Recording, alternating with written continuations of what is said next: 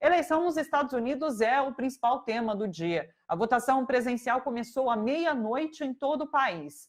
Poucas horas depois, 2 cidades do estado de New Hampshire já tinham um resultado.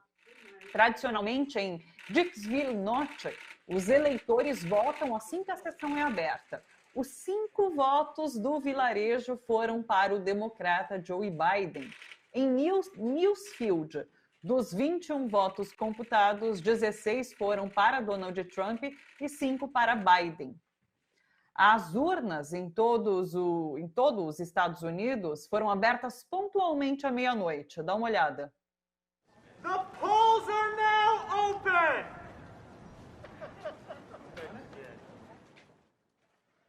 É isso, em muitos locais, como esse que a gente está vendo na Virgínia, havia até fila de espera para a votação. A expectativa é de que 60 milhões de eleitores votem presencialmente até às 8 horas da noite. Quase 100 milhões de eleitores já votaram antecipadamente pelos Correios. A apuração deve começar pouco depois do fechamento das urnas. Pois é, dia importante nos Estados Unidos, a gente segue acompanhando aqui no Bom para Todos. Pelo menos 5 pessoas morreram e outras 17 ficaram feridas em ataque na Áustria. Ontem, no início da noite, homens saíram atirando contra as pessoas em 5 pontos do centro de Viena.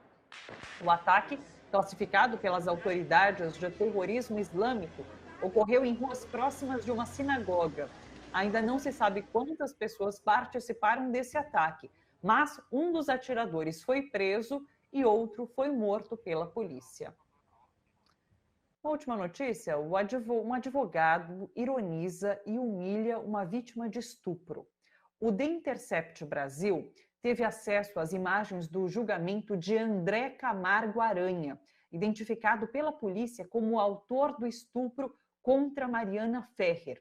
Aranha foi inocentado. A justiça chamou o crime de estupro culposo, uma figura jurídica que não existe. A conclusão foi de que Aranha estuprou, mas não teve a intenção de estuprar. Pois é. A gente vai ver algumas das cenas desse julgamento. Vamos dar uma olhada. Essa foto aqui foi manipulada, Felipe? Essa foto aqui foi manipulada? Qual é a folha, doutor, dessa aí? Muito bonita, por sinal, o senhor disse, né? Cometendo assédio moral contra mim. O senhor tem idade para ser meu pai, tinha que até os fatos. Mariana, você não vai dar, cara? Uma filha do teu nível, graças a Deus. E também peço a Deus que meu filho não encontre uma mulher que nem você. Respondeu, não dá para dar teu showzinho. Teu showzinho, tu vai lá dar lá no teu Instagram depois, para ganhar mais seguidores. Tu vive disso? Mariana, vamos ser sinceros. Fala a verdade, vamos lá. Tu trabalhavas no café, perdesse o emprego, estavas com aluguel atrasado 7 meses, eras uma desconhecida. Hoje, Isso é questão de alegação, né, doutor? Alegação, a gente explora isso. Isso é o seu ganha-pão, né, Mariana? A verdade é essa, não é?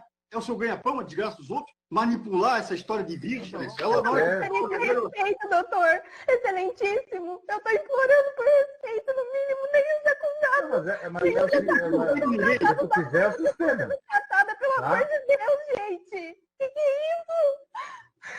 Nem os acusados de assassinato são tratados como eu estou sendo tratada sobre a... Vamos chamar o Glauco Faria, que é jornalista, apresentador do Jornal Brasil Atual, editor na Rede Brasil Atual, para conversar aqui com a gente. Oi, Glauco, tudo bem com você? Tudo bem por aí? Oi, Thalita. A gente sempre diz, né, lá no Jornal Brasil Atual que está tudo bem de acordo com o contexto, né? Infelizmente, o contexto brasileiro, como a gente pôde ver por essa cena, é grave de fato, né? Em vários aspectos, e isso aí que a gente teve hoje, essa notícia, esse vídeo circulando pelo Intercept, é mais uma prova disso.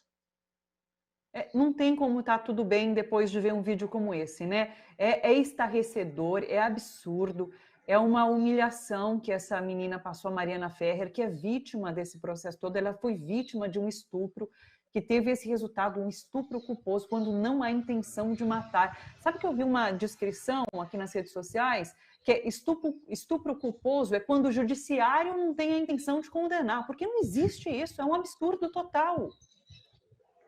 É uma figura inventada na prática, né, Thalita? Eu acho que esse caso ele representa bem um problema estrutural do Brasil, na verdade dois, né? Primeiro, a seletividade judicial que a gente tem aqui, sempre são determinados segmentos que são alvo da perseguição penal, enquanto outros acabam se livrando sempre dessa mesma perseguição, e também a estrutura patriarcal, machista, misógina, na qual se funda o nosso país e que ainda não conseguimos mudar essa estrutura. Mas também, Thalita, eu acho que tem uma questão de conjuntura aí, porque essa agenda misógina hoje, ela infelizmente ganha força, inclusive tendo apoio do próprio aparelho do Estado, né? E temos ainda uma espécie de terraplanismo jurídico que acaba vigorando aqui no país, onde cada magistrado, de repente, interpreta a lei da forma que lhe convém, indo, às vezes, contra o próprio espírito da lei, contra aquilo que a lei fala expressamente, né?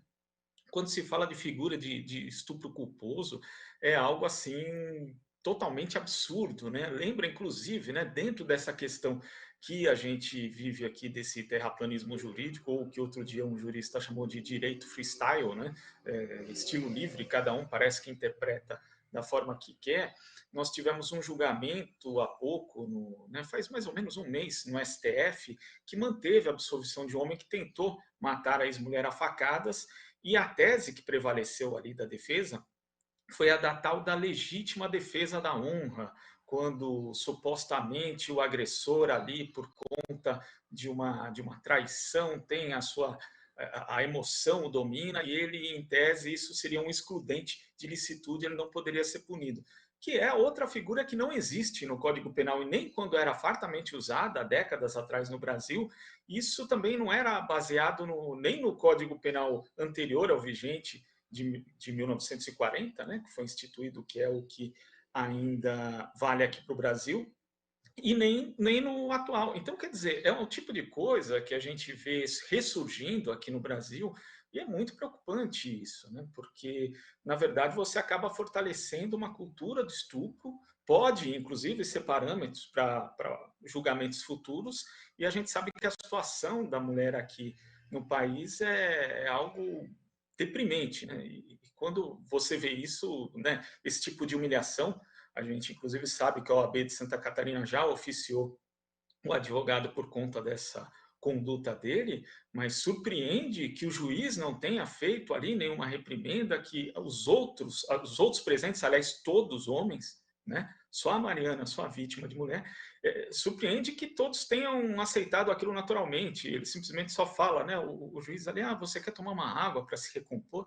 Quer dizer, como que esse tipo de coisa é permitida numa audiência? A gente já viu, Thalita, infelizmente no Brasil, réus, às vezes, né, principalmente por conta de tráfico de drogas, quando são pobres, são humilhados por magistrados em audiência, isso é cotidiano, defensores públicos também são alvo de humilhação, e agora a gente vê vítimas como a Mariana sendo também alvo desse tipo de conduta que é absolutamente condenável.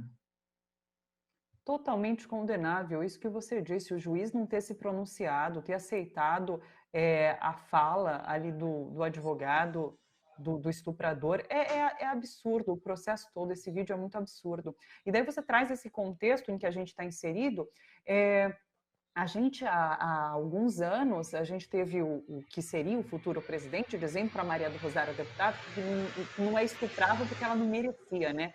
E anos depois, essa figura é eleita presidente e a gente tem hoje esse estupro culposo. Então, assim, é uma evolução de fatos que a gente chega até a compreender o lugar em que chegamos, mas é muito deplorável esse lugar, não era para ser isso, não era para a gente ter normalizado uma situação como aquela a ponto de chegar numa situação como essa, mas é esse contexto que a gente está inserido.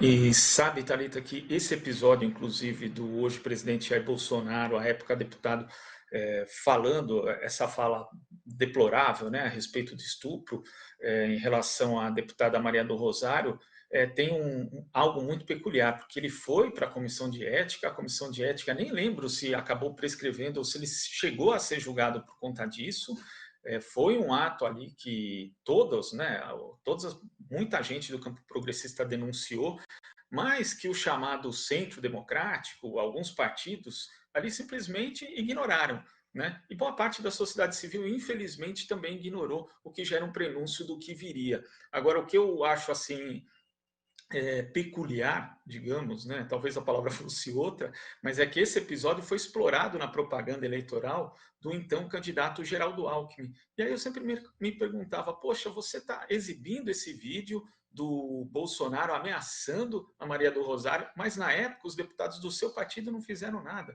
E nem você fez qualquer tipo de pronunciamento condenando aquilo. Então eu acho que a própria inação de parte da sociedade, parte da classe política, não só ajudaram o Bolsonaro a chegar ao poder, mas também acabaram aí naturalizando esse tipo de ação. E hoje a gente vive um processo no Brasil que é naturalização de absurdo atrás de absurdo. É algo impressionante. Impressionante. Daqui a pouquinho a gente vai continuar conversando sobre esse caso com a Tânia Maria de Oliveira, que é coordenadora executiva da Associação Brasileira de Juristas pela Democracia. Então segura aí que daqui a pouquinho a gente conversa mais um pouco sobre esse caso. Agora eu queria aproveitar o Glauco aqui para falar sobre a série de debates que será promovida pela TVT, pela Rádio Brasil Atual, em parceria com o Portal UOL, com os candidatos das cidades do ABC e da região metropolitana, né? Hoje tem debate em Mauá, Glauco é mediador dos debates. Eu queria que você falasse um pouco para a gente. Já foi o de Guarulhos, né? Foi uma experiência bem bacana, acompanhei por aqui.